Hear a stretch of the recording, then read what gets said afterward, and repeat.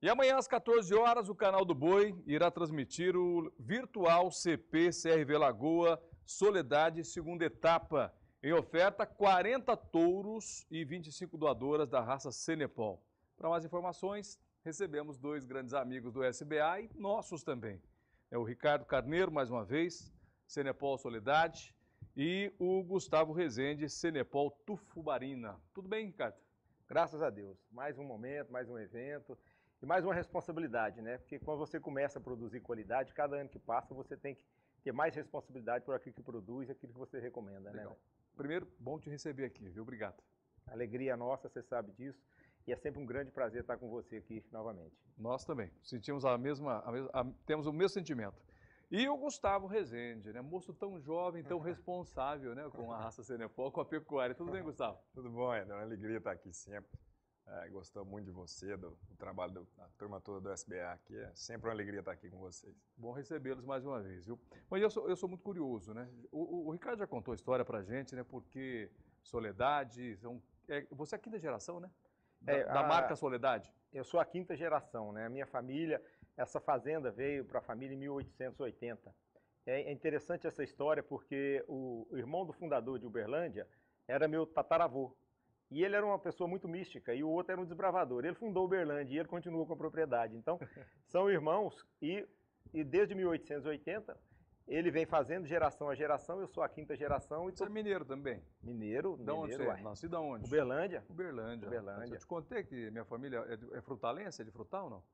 Meus Pois é. pais, avós, bisavós, são de Frutal. Coisa boa, tão pertinho ali. Um pezinho em Minas Gerais também, né? Tá certo. Tá certo. Agora eu perguntei pro Gustavo, falei, Gustavo, mas por que Tufubarina? Ele falou, olha, não sei bem certo não, viu? Quando eu era criança, um dia perguntaram lá pro meu pai como é que chamava a fazenda, e eu logo entrei na conversa e falei, não, é Tufubarina, pai. E ficou Tufubarina, cara. É uma baita homenagem que ele fez pra mim, né? Homenagem a mim não hoje, mas a um molequinho de 2, 3 anos aprendendo a falar. Eram duas escrituras, ele uniu as duas e trocou realmente o nome da fazenda no cartório de registro Monte Alegre de Minas. Você é mineiro também? Tufubarina, mineiro. Mineiro de Uberlândia. Uberlândia também? Uberlândia. Meus pais se encontraram, cada um de uma cidadezinha ali no Triângulo, se encontraram em Uberlândia e eu sou o fruto deles. Bacana. E vocês dois foram unidos pelo Senepol? Pelo Senepol. Se conheciam antes do Senepol ou não? Não. Vocês dois, não? Não, eu sempre vim de família de comércio, pecuária. E tive a grata felicidade de encontrar nesse caminho aí um grande companheiro, que é o Gustavo. E vizinho, uma né? pessoa, não, e uma pessoa com o mesmo ideal, com a mesma seriedade, imbuído do mesmo propósito, de produzir sempre a verdade e levar sempre a verdade. Isso é muito importante. Bacana, né, cara? Aí eu acho que eu aprendi isso na minha vida. Acho que a carteira de identidade de um homem é o seu exemplo. Com certeza. Então, esse eu tenho no Gustavo, que é uma pessoa que tem bons exemplos, um caráter fantástico. Eu tenho nele um grande amigo, considero quase como um filho, né? É um filho torto que a gente tem. A gente tem conseguido alguns amigos que a gente tem um carinho especial e ele é um desses. Uma pessoa incrível, que luta e que faz um trabalho realmente fantástico. Tão novo e tão apaixonado pela pecuária e pelo Senepol, né? Foi uma grande alegria minha ter encontrado esse grande amigo aqui do meu lado, porque eu buscava uma solução Você cresceu na pecuária, né, Ricardo? Sim, meu pai é propritário rural desde 1973. Você nasceu Ele abriu depois. Há muito tempo depois, não. Eu não vou contar a minha idade. Nasceu, né? Nasceu nesse meio, né? E aí você conheceu o Ricardo? Conheci o Ricardo, um grande amigo meu também, me apresentou. Eu buscava uma solução, porque a gente, a fazenda 2002, 2003, a gente cansado de vender, sempre foi fazenda de cria. Então, 1.000 e poucas vacas em casa e vendia aí de 800 a 1.000 bezerros ano. E 2002, 2003, a bezerrada... Não, nem conheci o Senepol. 2002, 2003, a bezerrada muito barata, judiana, a fazenda não fechava nunca no azul, vamos dizer assim. Né? E procurando solução. E eu encontrei, fizemos quase que 80% da área da fazenda em eucalipto naquela época, então foi muito bom. Só que sobrou um pedaço, e essa paixão que, sobrou um pedaço na fazenda, eu ia deixar virar mato de jeito nenhum. Tem muita gente que faz isso e esquece da paixão, né?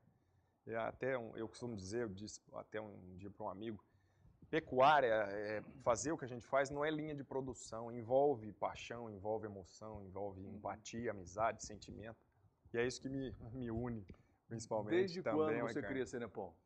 Então, eu busquei a procura por raças para exatamente, eu não ia vender mais 900 bezerros, eu ia vender 90 na área que eu tinha, que hoje já cresceu um pouco.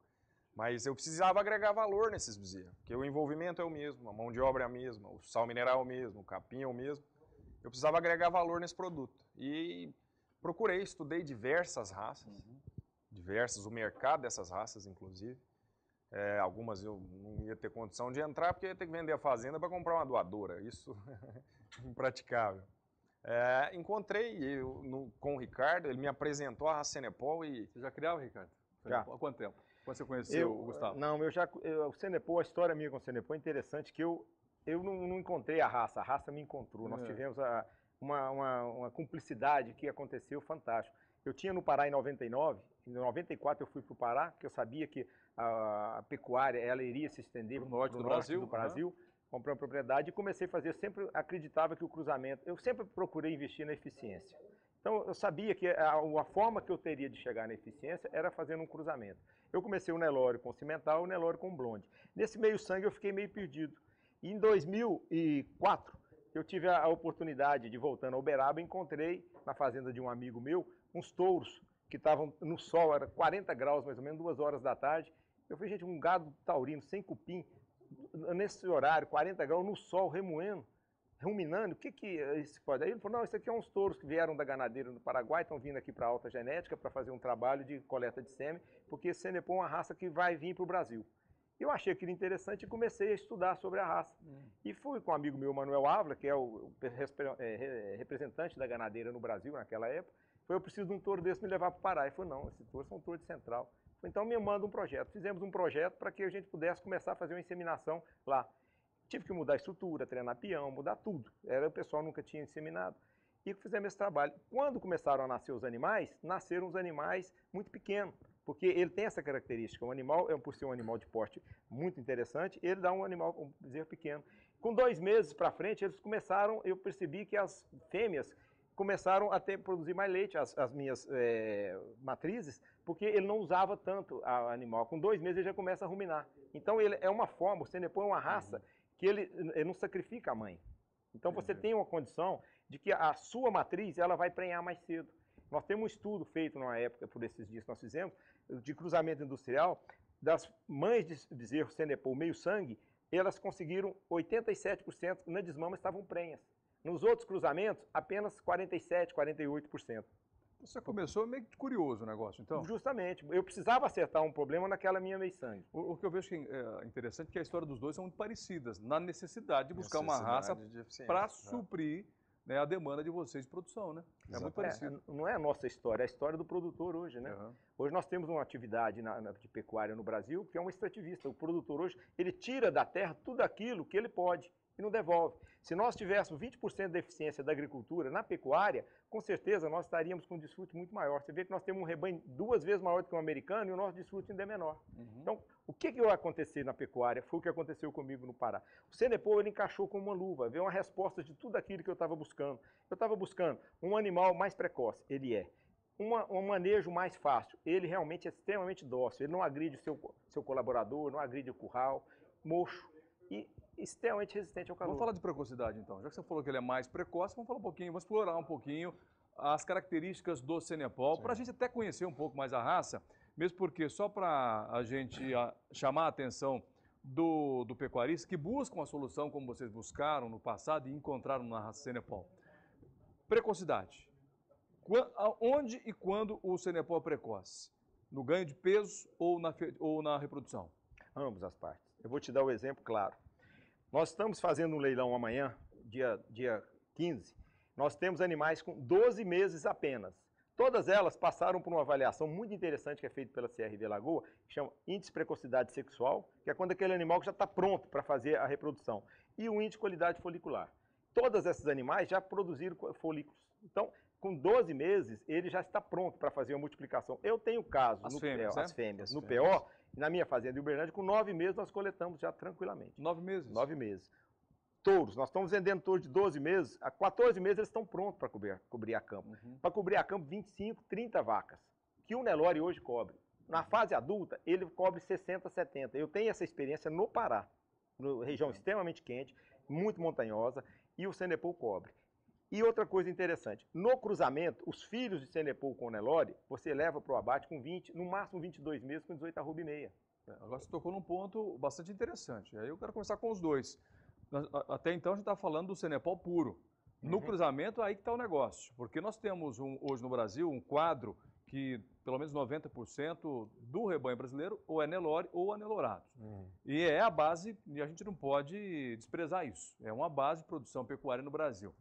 Você só faz PO, Gustavo? Só PO. Só PO. Na fazenda a gente só trabalha a produção de PO. Só PO. Bom, o Ricardo, você faz só PO ou você faz alguma coisa? Não, nós temos um cruzamento. Nós estamos hoje praticamente fazendo um projeto de Senepol. Em Minas eu faço o PO. A gente conseguiu adquirir toda essa bagagem genética que veio com esses touros que eu conheci na Alta Genética em 2004, do pessoal da ganadeira, que foi feito, o melhor Senepol no mundo foi feito por Rob Brown, que é o geneticista do século, um americano que dava assistência à ganadeira. Nós compramos essa genética e naquela época nós começamos a distribuir para alguns criadores. Hoje, 75% do rebanho nacional tem genética Soledade e ganadeira, que foi quando nós começamos a democratizar isso aí. Então, em Uberlândia, eu faço o PO. No Pará, eu faço um trabalho que eu acho muito interessante, que vai ser talvez um grande suporte para o Senepol do futuro. Eu faço o cruzamento por absorção. Na meio sangue, 3/4, 7/8, vou levando a 31, 32, eu já estou na 8ª geração no Pará, porque eu comecei mais cedo. Hoje eu já estou produzindo o meu PO no Pará, vou tentar melhorar esse PO para que amanhã ele possa fazer um refrescamento de sangue em toda essa base genética. Como é que é feito esse PO por absorção?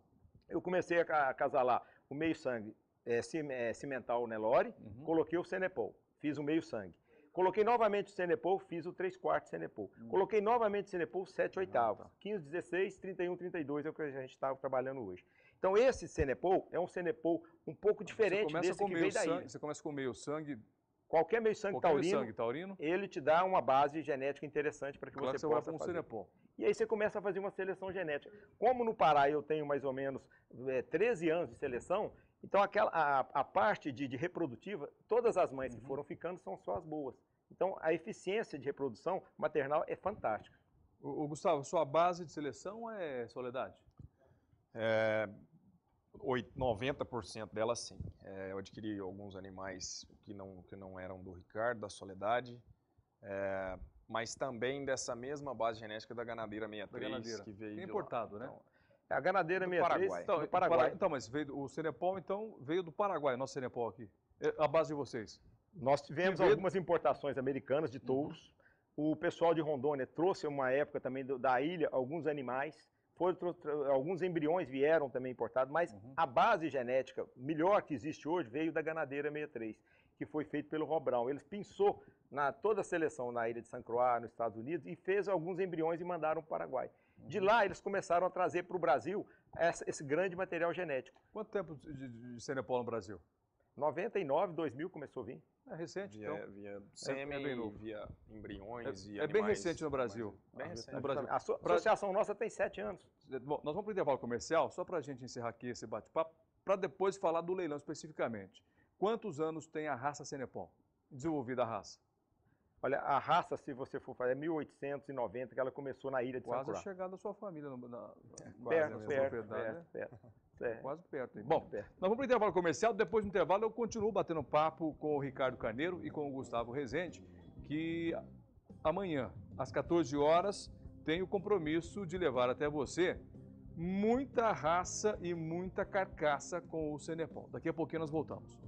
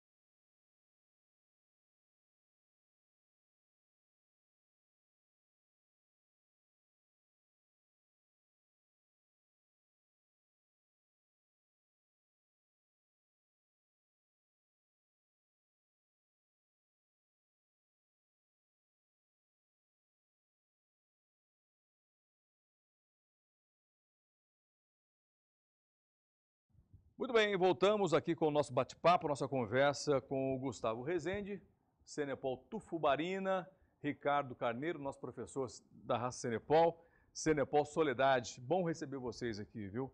E aprender um pouco mais sobre a raça Cenepol, porque é conversando com vocês que a gente também vai absorvendo as informações sobre a raça e sobre a pecuária. E cada vez mais a pecuária, ela está, eu não digo seletiva, mas ela está exigente, principalmente para o produtor rural. O produtor rural não pode bobear, né? E o Gustavo contava, olha, eu não tinha lucro com o que eu fazia antes. Eu tinha tinha 200, né? Eu conseguia produzir 200 animais, você falou? 200 numa área pequena? Numa área menor? Hoje, não, sim, não. Antes 900, de a gente começar, 900 bezerros. Antes do eucalipto. Antes do eucalipto. Era 900. Sim. Mas só que não entrava no azul, estava sempre no vermelho. Agora não, eu tenho menos animais, mas eu tenho mais rentabilidade. Ou seja, isso aí está agregando valor ao seu negócio. E isso conseguiu com a raça Cenepol. Vamos conhecer um pouquinho mais a raça com vocês? Um pouco da história da raça Cenepol, a adaptação da raça no Brasil. Agora tem um detalhezinho que às vezes o pessoal em casa não entende, né? O Ricardo fala Cenepol, eu falo Cenepol. Muita gente fala Cenepol e Cenepol. É Cenepol ou Cenepol, gente? Eu acho que qualquer um dos dois que você usar vai salvar a nossa pecuária. O nome é o de menos. Maria ou Mariá. É o professor. É o professor. A solução é o Cenepol ou Cenepol. Depende. Agora, a raça veio da ilha de San Croix, é isso? Aqui no Caribe? Deixa eu só te contar a história rapidamente. Quando, no descobrimento da ilha, eles levaram juntamente com os escravos uma raça chamada Enidama, que é um taurino que migrou da Europa para a região da África e adaptou durante 5.000 anos naquela região. Extremamente resistente a ecto e endoparasita. Eles levaram esse animal para tirar leite. O inglês achou o animal interessante e levou o Red Poll para cruzar com eles lá. Quando fez o cruzamento, eles usavam muito. O Enidama era um animal de 300 quilos, pouca coisa mais do que isso aqui. Quando eles usaram, ele mochou todo o animal. Isso foi um desastre, porque eles usavam como tração também, usando o chifre para carregar. Isso foi na ilha de Trinidad e Tobago. Nessa época, eles acharam muito ruim ter mochado o gado. Um inglês achou interessante, comprou esse touro e levou para a ilha de San Croix e começou a fazer essa seleção, que ficaram na mão de 2 famílias. E essas famílias, durante 90 anos, não teve modismo, foi selecionando. Se você me perguntar hoje o que tem de Enidama, o que tem de Red Poll, ninguém sabe. Por isso que tem uma cor mais clara, que é a cor do Enidama, uma cor mais escura, que é a cor... 2 tons de pelagem, então? Uma cor mais clara vem muito do Enidama. O Enidama vem da região do Dactine, é muito parecido com o blonde, muito parecido com o caracu. Só que era um animal de porte pequeno. Mas no Brasil nós temos mais o vermelho, né? Ou não, os dois. Isso não varia bem. É uma variabilidade fantástica, tanto um quanto o outro. Nós temos que pensar a eficiência da raça. Cor é o de menos, porque couro você não precisa preocupar.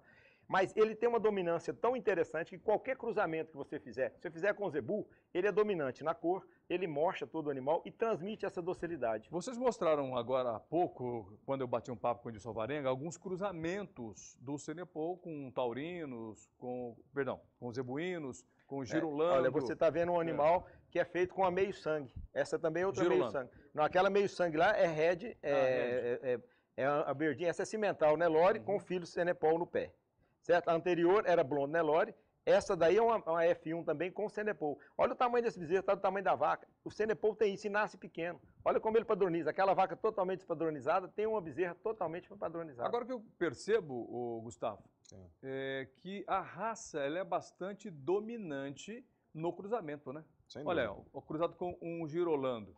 Essa é com F1. Mas com girolando. Essa é com girolando. Com girolando. Olha essa imagem. Você vê que a vaca é uma girolando, mas o animal, o bezerro, o fruto dela... Lembra muito Cenepol. Muito Cenepol, né? Muito Cenepol, ele é muito dominante. E não é só em pelagem, Éder, porque a pelagem embeleza o produto, mas o que ele tem que ter de bom? Carcaça. Então é uma padronização de carcaça nesses bezerros, seja na matriz zebu ou na F1, você deixa de ter tanto fundo, meio e cabeceira. É uma padronização de carcaça para quem faz IATF, estação de monta, ter aquela bezerrada pronta para ser vendida. Independente da mãe, né? Você não tem que enfiar bezerro ali de meio, de fundo, que o comprador dos seus bezerros vai poder ver. Independente se é uma mãe F1, uma mãe girolando ou uma mãe zebuína. Exatamente. Ele padroniza muito a questão de carcaça, que é fantástico. Que outros, por exemplo, outros sintéticos não conseguem fazer isso.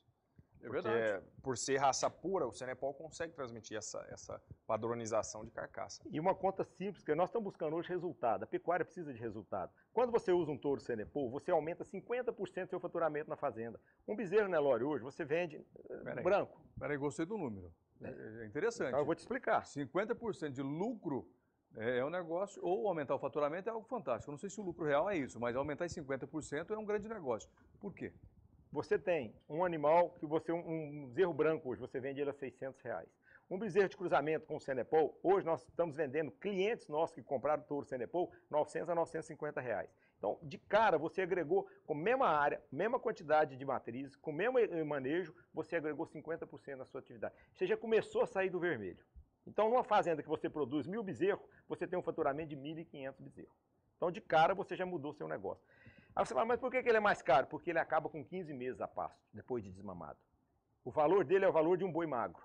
Porque ele, com 15 meses, lá no Pará, eu abato com 22 meses, com 18 arroba e meia, a pasto. Simplesmente com suplementação mineral, mais nada. Então você tem hoje, essa é a pecuária da eficiência que nós estamos buscando hoje. Você vai ter um animal que vai te trazer o retorno mais rápido. E uma coisa interessante que o pessoal ainda não atentou, nós temos um grande problema hoje que nós temos que analisar na pecuária. Nós temos, antigamente, o fazendeiro, a pecuária, a mesma agricultura, ela ia na mata, acabou. Então nós temos a mata como limitador. Nós temos do lado de cá a cana empurrando a soja comendo espaço do boi.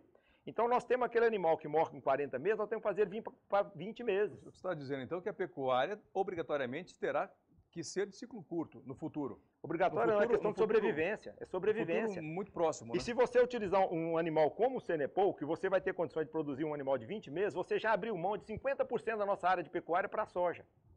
É isso que nós estamos falando em produtividade, em agronegócio. Então nós temos que ser eficiente e ser realista. Aquele produtor que mata boi de 40 meses, 60, esse está morto. Esse está morto. Esse não sabe como é que vai sobreviver. Hoje nós temos que ser como o frango. Antigamente nós comíamos frango com 8 meses na fazenda. Hoje é 28 dias. E o mundo precisa da proteína vermelha. A proteína vermelha é o que o ser humano precisa. Para você ter uma ideia do tanto que a proteína vermelha é importante, que um bife corresponde a 2 frangos inteiros em proteína. A proteína vermelha hoje, esses atletas, essas pessoas que fazem essa reposição, usavam a do leite. A proteína vermelha hoje, ela substitui 10 vezes mais aquela proteína do leite. Hoje os comprimidos de proteína estão todas feitos através de carne vermelha.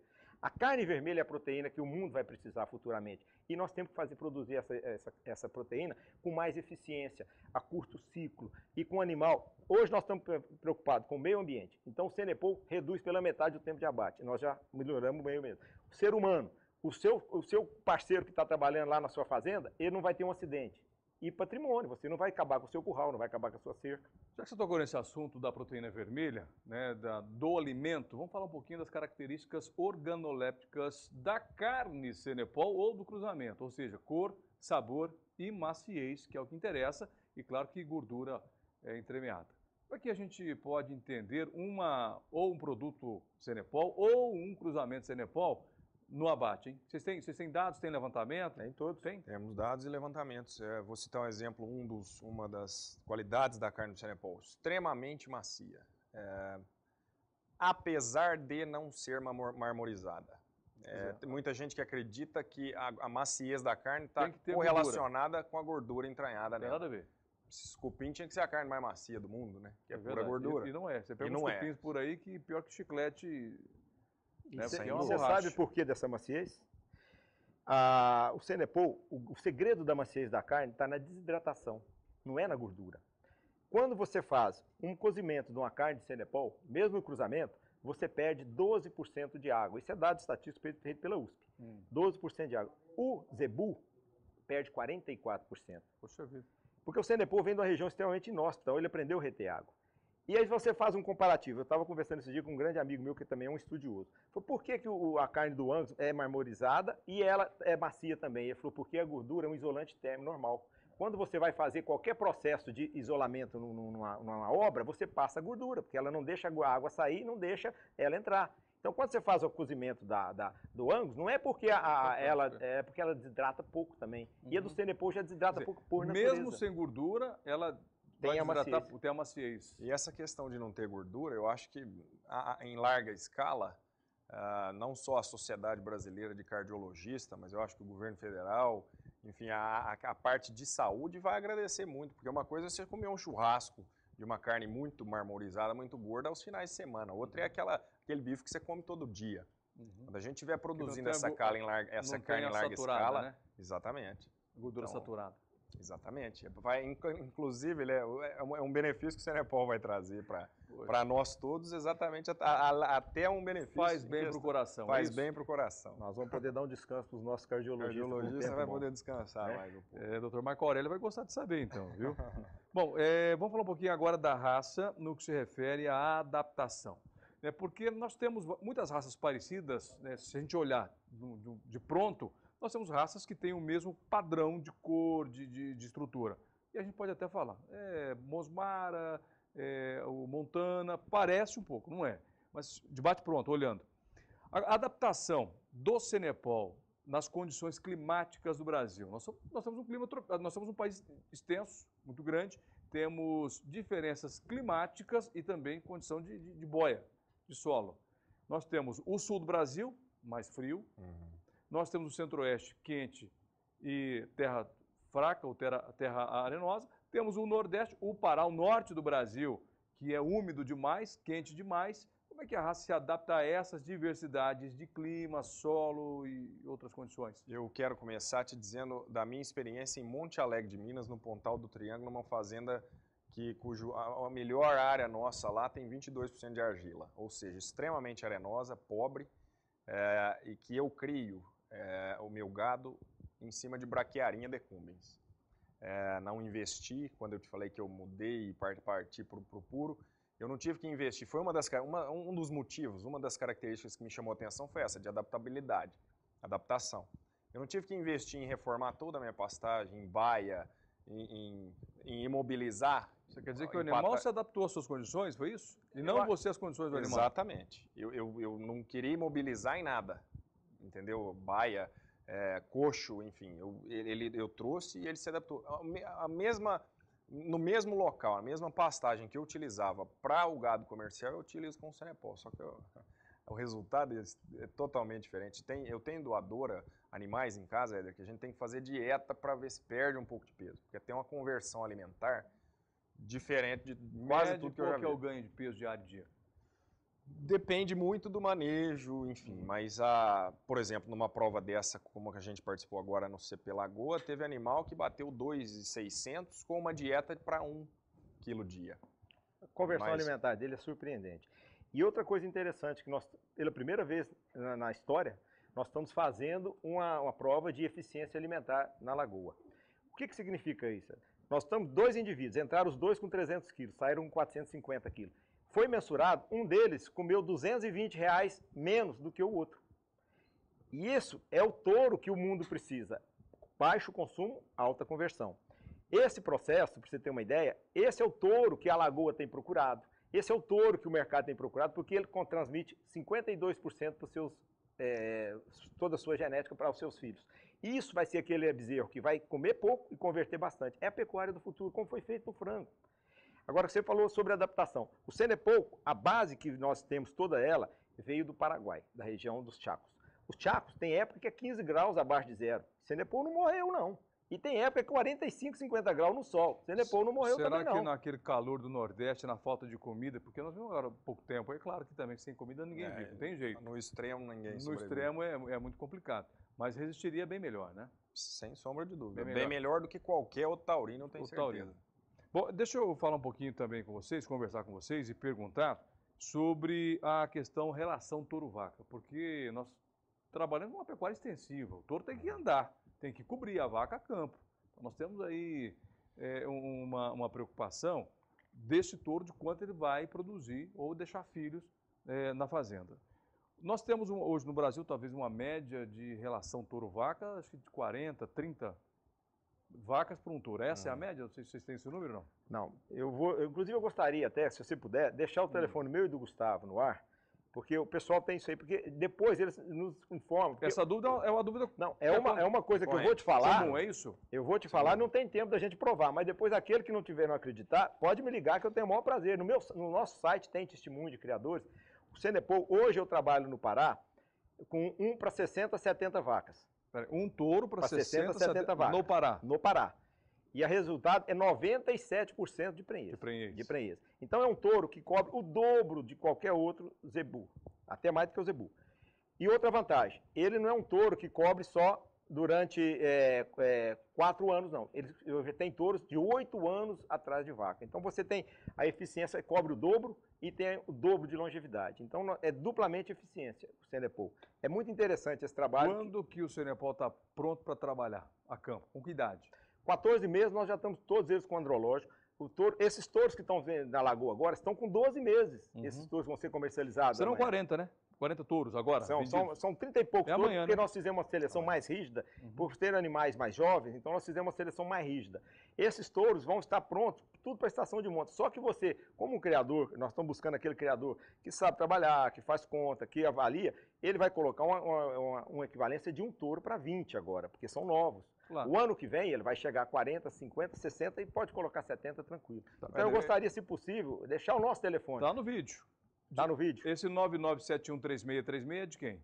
É meu. Esse é do Ricardo. Do Ricardo, ó, 3499713636. Pode ligar para o Ricardo. O Ricardo atende o telefone já mesmo aqui no SBA. Nós estamos encerrando aqui o nosso bate-papo, nossa conversa. Você está acompanhando, quer bater? Já tocou o telefone, já pôs a mão no bolso.